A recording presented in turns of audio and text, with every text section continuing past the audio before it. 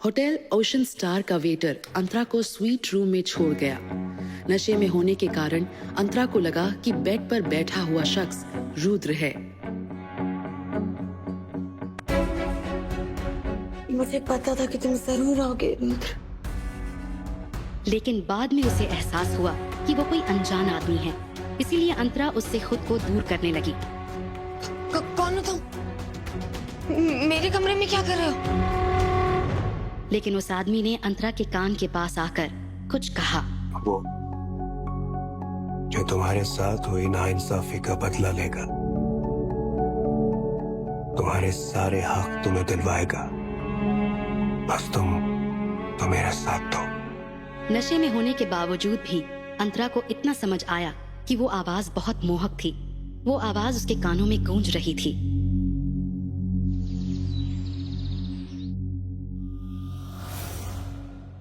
जब अंतरा की नींद खुली तब सुबह हो चुकी थी, लेकिन सूरज नहीं निकला था। उसने देखा कि वो स्वीट के बेडरूम में अकेली थी। हैंगओवर की वजह से उसका सर बहुत दर्द कर रहा था। रात को क्या हुआ था उसे धुंधला धुंधला सा याद था। कोई आदमी उसके कमरे में था और उन दोनों के बीच शायद कुछ हुआ था। लेकिन फिर अंतरा ने सोचा कि ये जरूर उसका सपना होगा, क्योंकि उसे खुद पर यकीन था कि वो चाहे कितनी भी नशे में हो, किसी अनजान आदमी के साथ रात बिताना तो दूर की बात, वो उसे छुएगी भी नहीं। अंतरा ने देखा कि उसने कपड़े भी बराबर पहने थे। अगर ऐसा कुछ हुआ होता तो कोई उसे वापस कपड़े क्यों पहनाता? अंतरा ने टाइम देखने के लिए अपना फोन निकाला। उसमें तन्वी के 45 मिस्ड कॉल्स थे। इतने सारे मिस्ड कॉल्स? उसने तुरंत उसे कॉल बैक किया। अंतरा, अंतरा कहाँ है तू? मैं कल रात से तुझे ढूंढ जा रही हूँ। होटल रूम में। मुझे एक बार अपना रूम नंबर चेक करके बता।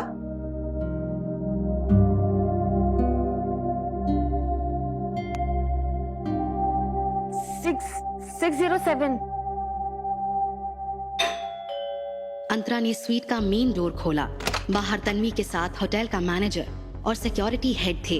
अंतरा को समझ नहीं आया कि मामला क्या है। हाँ ये हम जा सकते हैं।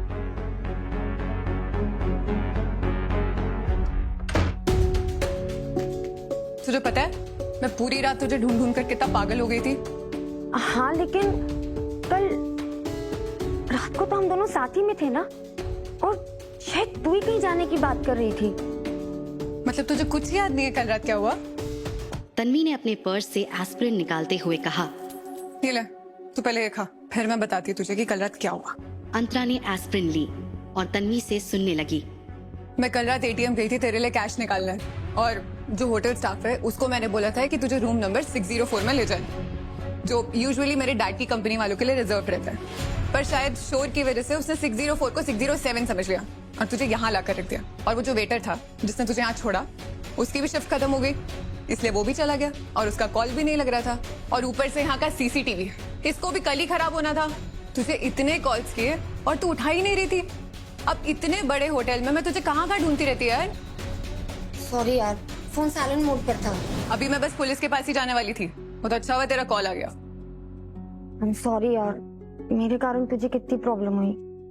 कम ऑन यार, चिल, इसमें तेरी कोई गलती नहीं है। अच्छा तुझे पता है, तन्वी कुछ और कहती उससे पहले अंतरा का फोन बज गया। अंतरा ने देखा तो स्क्रीन पर रुद्र फ्लैश हो रहा था। तुम्हें मेरी इतनी फिक्र कब से होने लगी? मुझे तुमसे बात करने का कोई शौक नहीं है। मैंने तुम्हें सिर्फ ये बताने के लिए कॉल किया है कि आज दोपहर 12 बजे फैमिली कोर्ट पहुंच जाना, डिवोर्स के पेपर फाइल करने हैं। और हाँ, उसके बाद तुम्हें जिसके साथ अपना मुंह काला करवाना है ना, करवा सकती हो, मुझे कोई फर्क नहीं पड़ता। ये क्या बकवास कर रहे हो तुम? जिसकी जैसी सोच। बाकी सच बात तो ये है कि मैं कल रात से तन्वी के साथ हूँ। मानना है तो मानो, वरना भाड़ में जाओ। इतना कहकर अंतरा ने गुस्से में फोन काट दिया। आज पहली बार अंतरा ने उसका कॉल काटने की हिम्मत की थी। अंतरा को समझ आ गया था कि अब रुद्र के सामने गिड़गिड़ाने का कोई मतलब नहीं था। रुद्र ने मुझे फैमिली कोर्ट बुलाया है। जितनी जल्दी ऐसे गिरे हुए इंसान से तुझे छुटकारा मिल जाए ना, उतना ही बेहतर है तेरे लिए। तू खुद को देख यार, तू कितनी सुंदर है। उस रुद्र से लाख गुना बेहतर लड़के मिल जाएंगे तुझे। रुद्र, अंतरा ठीक तो है ना रुद्र? ठीक ही होगी। उसने कहा कि वो तन्वी के साथ है। चलो अच्छा है, अंतरा भी ठीक है और हमारा बच्चा भी ठीक है।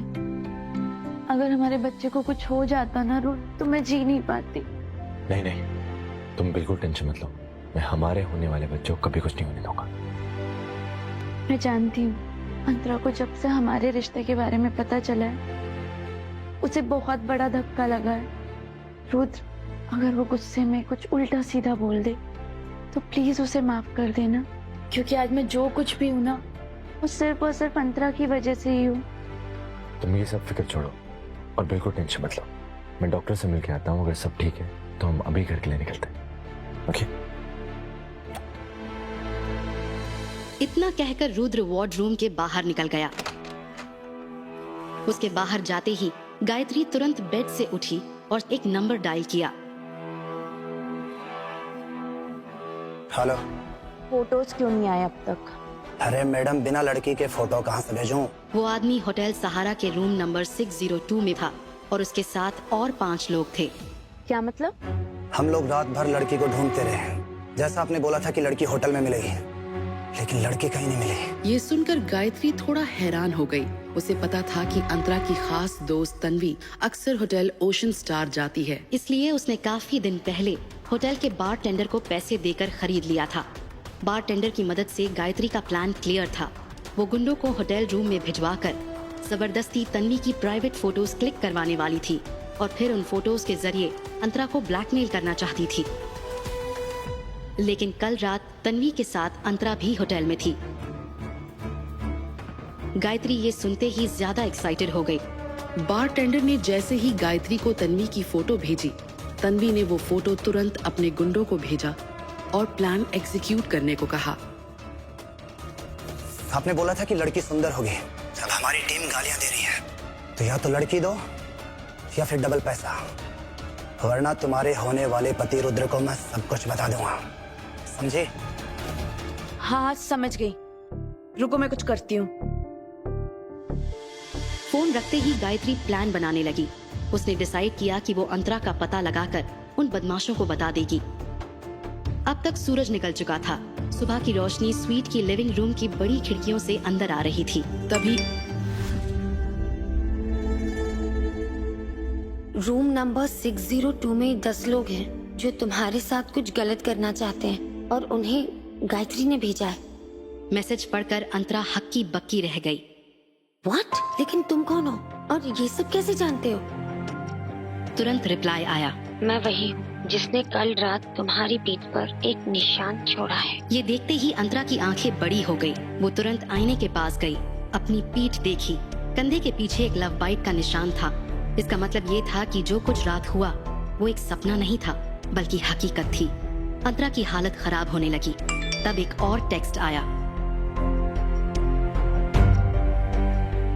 मैंने जो कल रात तुमसे कहा था, अगर तुम उसके लिए तैयार हो तो मुझे कॉल जरूर करना। डिसीजन तुम्हारा है, और हाँ, कोई जल्दी नहीं है। अंतरा ये सब पढ़कर उस रात की मोहक आवाज को याद करने लगी। जो तुम्हारे साथ हुई नाइंसाफी का बदला लेगा, तुम्हारे सारे हक तुम्हें दिलवाएगा। उसके दिमाग में सवालों का तूफान था। वो आदमी रुद्र का राइवल था या गायत्री का? अगर वो दोनों का दुश्मन था तो उसके साथ क्यों सोया था? तब एक और टेक्स्ट मैसेज आया। तुम्हारे बैग में एक डेबिट कार्ड है जिसका पिन है 3494 और उस अकाउंट में 5 लाख रुपए हैं जो कि अब तुम्हारे हैं। अंतरा ये पढ़कर स्टन्ड रह गई। अब समझने की कोशिश में थी कि उसके साथ क्या हो रहा है। अंतरा ने रिप्लाई टाइप करने का सोचा, पर फिर उसने डिलीट करके कॉल मिलाया। रिंग बजी। अंतरा कॉल पिक होने का इंतजार करने लगी। आखिर कौन था वो रहस्यमय आदमी? वो अंतरा की मदद क्यों करना चाहता था? क्या वो उसका कोई दोस्त था? क्या अंतरा उसकी मदद लेगी? जानने के लिए सुनते रहिए मिस्टर शैडो, सिर्फ पॉकेट FM पर।